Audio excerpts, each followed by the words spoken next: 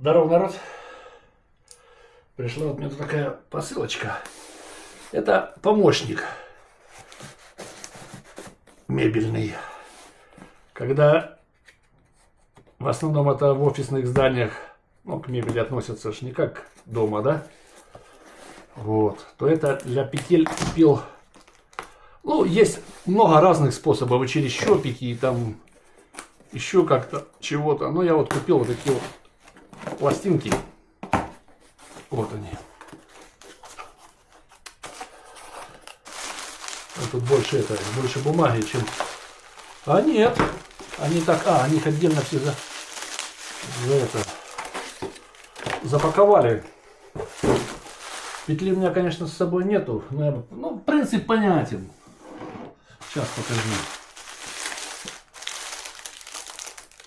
Вот. Петля. Когда вот эти вот болтики вырваны, тут вот два типа их, то сюда уже вместо вот этих вырванных закручивается вот это все, а она уже закручивается сюда уже как бы по резьбе, получается. Ну, оно тоненькое, но все равно как бы по резьбе, я не знаю, миллиметр, наверное. И уже будет держать вот этот вот матруш.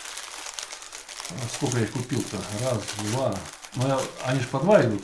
Получается, раз, два, три, четыре, пять, шесть, семь, восемь,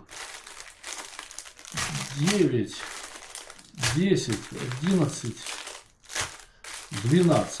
Что-то много, блин. Я столько вроде не закапывал, но не помню, ладно. То есть, да, понятен смысл. И вот это интересно, это защитная пленка, вот это вот цвета или нет? Ну да, по идее, да. Ну, попробуем сейчас одну мы вскроем. Так, для интереса. Если это, да, защитная пленка.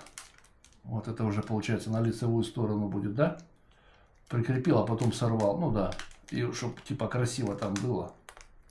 О, все, пленка открывается, и вот оно такого.